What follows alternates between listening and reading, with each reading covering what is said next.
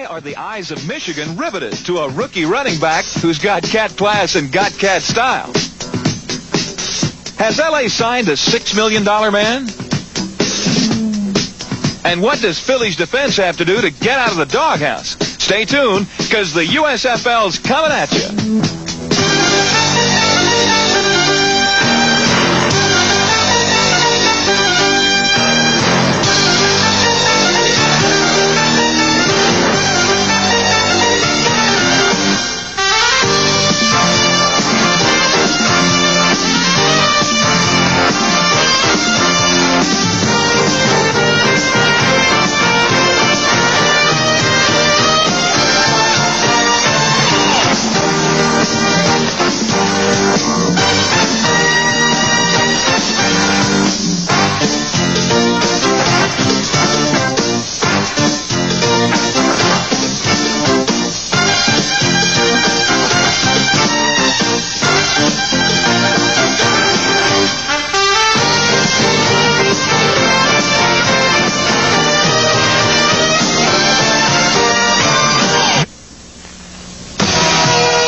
Michigan, the Panthers are on the prowl and shaking up the Silver Dome. From Anthony Carter to John Corker to Bobby Hebert, the Panthers are making a name for themselves.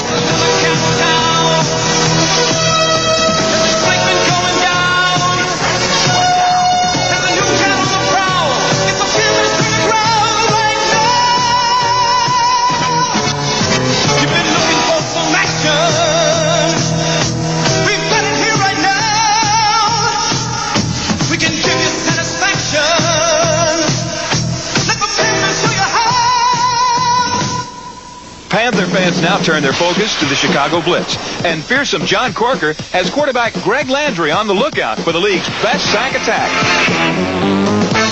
The USFL's leading passer is picked up by Oliver Davis, breaking a streak of 103 throws without an enemy catch. Though Michigan is only 2-4, this could get them back in the race, and all signs indicate that the young Panthers are getting the message how to win. Rookie quarterback Bobby Hebert seems to be getting better each week, and Don Eccles puts him in range to get on the board. Yugoslavia Novo Jovic makes it count, and the Panthers seem to be showing some confidence. The 22-year-old Hebert, meanwhile, is showing some poise and looks undaunted against the league's best pass defense. With running back Cleo Miller injured, Hebert is turning to John Williams, who's rushed for a total of -1 yard in 6 games. Williams' first pro touchdown gives the Panthers a 4-point lead in the third quarter and has their sights set on one of the season's biggest upsets. But all John Corker has his sights set on is Greg Landry.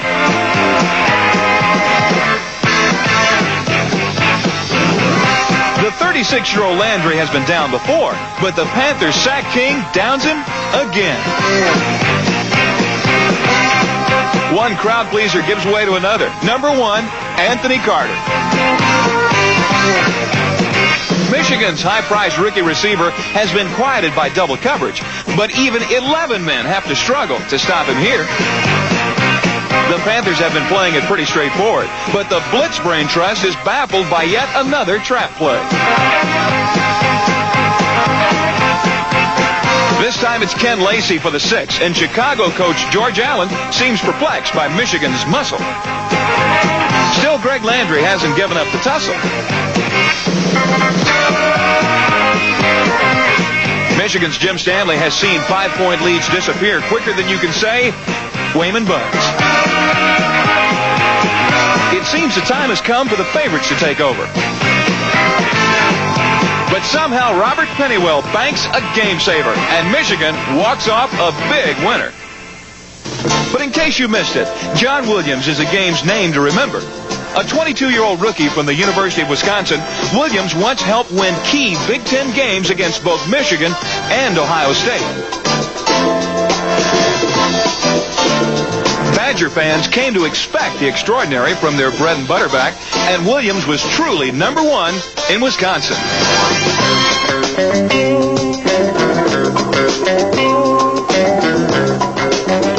With the Panthers, Williams carried the ball only 5 times in 6 games before exploding against Chicago. The 14th round draft choice picked up 133 yards on 19 carries. And the man from Muskegon is flying high. Another local boy makes good story is that of the Singing Stallion. Sweet home Alabama, well, the skies are so blue. Mike Raines, Birmingham's standout defensive tackle, cut this record while winding down a long Canadian Football League career. And now he's fulfilling his lifelong dream of playing back home.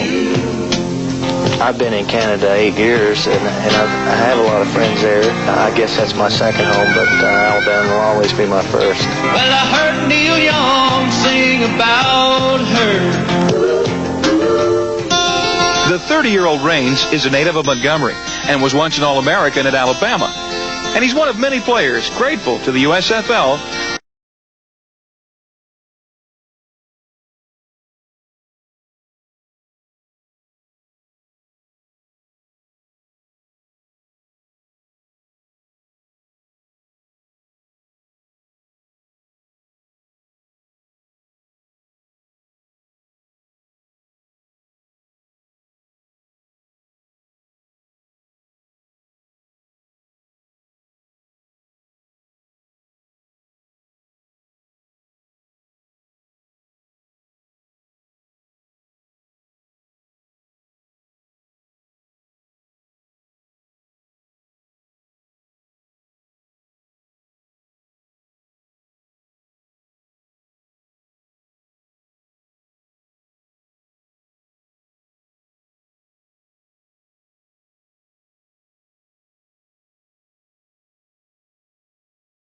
Washington Federals take on the Herschel Walkers. That is the 1-5 New Jersey Generals.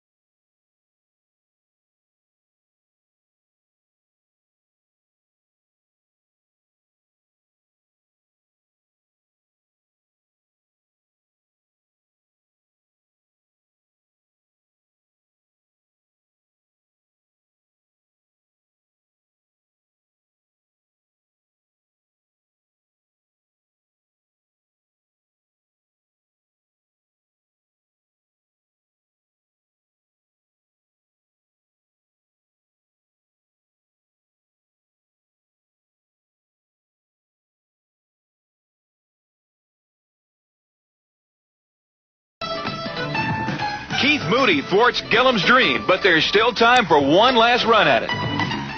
Craig James builds a drama, and into the thick of it steps Ken Olsen, whose 33-yard try will either win it or lose it.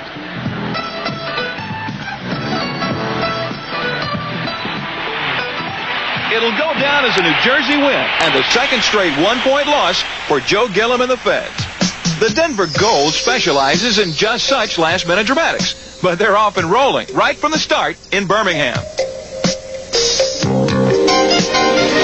Against the home Stallions, Denver quarterback Ken Johnson goes on a roll of his own, then looks to Bo Matthews, who gets a chance to celebrate a return to his home state.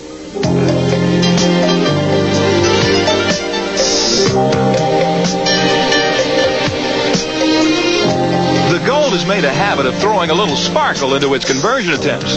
Here, a one-point try turns into a try for two, but goes for naught. Birmingham's Reggie Collier gives his receivers time to get open, and Darrell Mason gives his blockers time to clear a hole.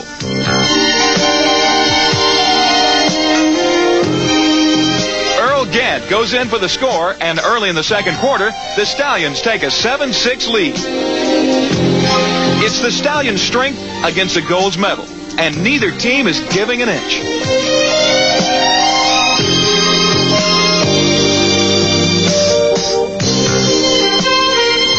Birmingham hangs on to its 1-point lead, but Denver's Brian Spielman tries for a game winner. The 55-yard try is short, but the yellow flag means Spielman gets to try it again, this time from 50 yards, with only 6 seconds left.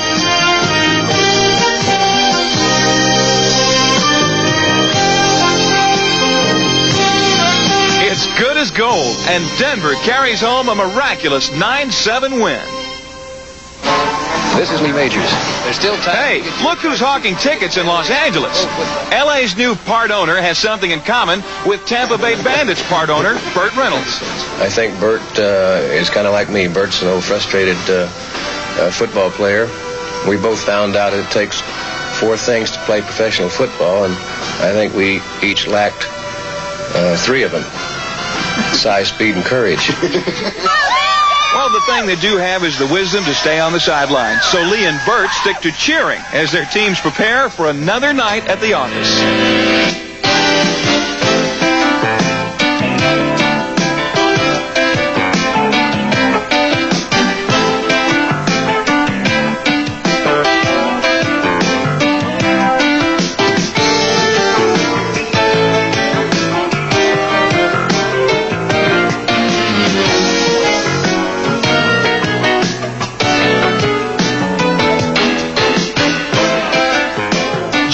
Is the foreman against L.A., and Tampa's well-oiled production line looks to be at peak efficiency. Danny Bugg's 62 yards in the air and Sam Platt's 107 yards on the ground are keeping the customer satisfied.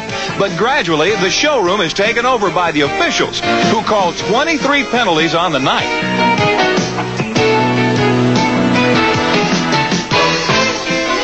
In all, the Zebras mark off 210 yards.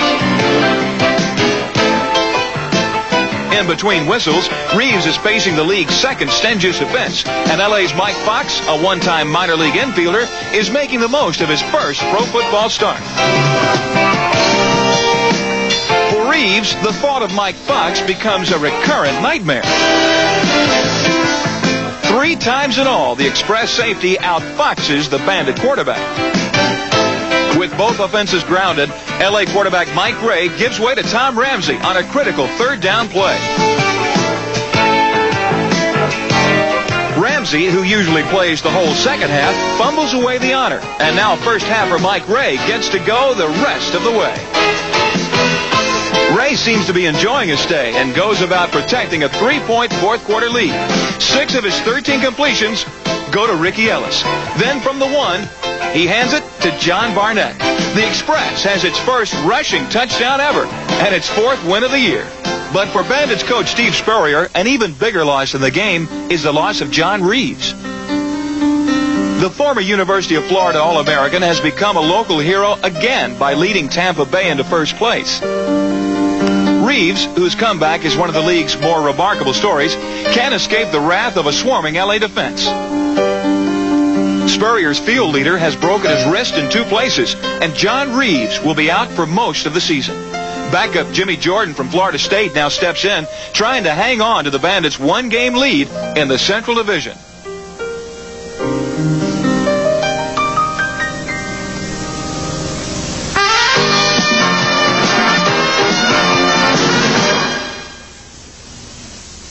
Never a dull moment for the gathering crowds of Arizona, whose 3-3 Wranglers turned Sun Devil Stadium into a Wild West show. Even a routine punt becomes tough to corral, and the Boston Breakers trigger a series of Wrangler disasters.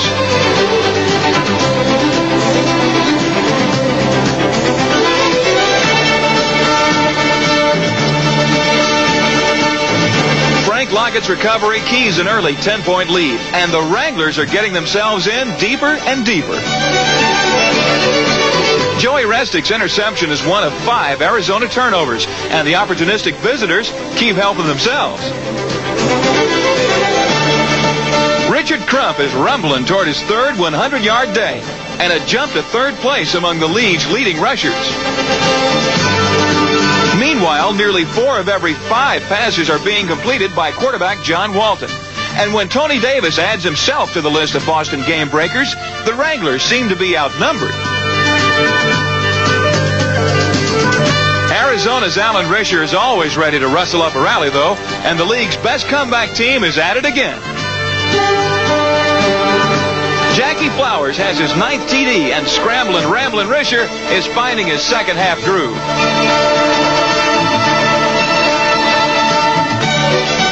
Ohio State's Calvin Murray gets the final yard of the Wrangler drive, and Boston's 16-point lead has been cut in half.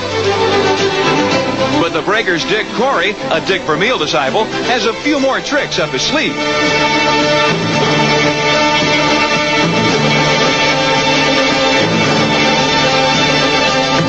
Razzle-dazzle gives way to raw power, and one of Dick Crump's 3 touchdowns on the day inspires a novel extra-point try. No points for a drop ball, though, and Doug Shively's Wranglers are dropping everything in sight. It turns into a 44-23 Boston romp in front of a disheartened Arizona crowd.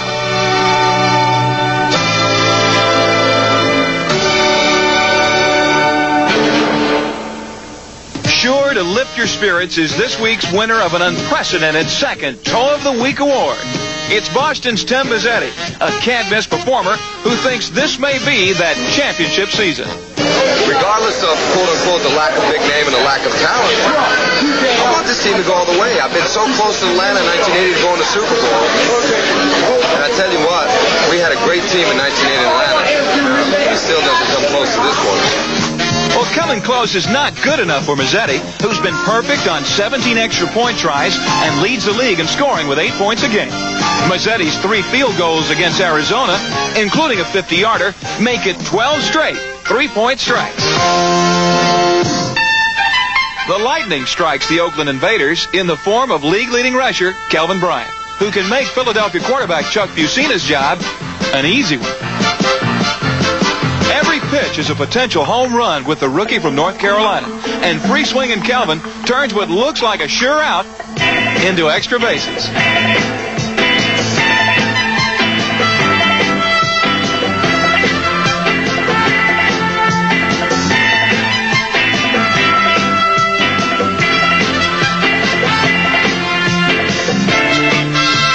Gains 99 yards in the second quarter alone, and this 37-yarder gives the Stars a 10-0 lead. Still, John Ralston has complete confidence in Oakland quarterback Fred Bassana, the league's second top passer, whose line gives him plenty of hang time. At the other end, Raymond Chester's still hanging around the league lead in catches in his 13th pro year. And his take that spirit has caught on with the whole fleet of Oakland ends, including Wyatt Henderson.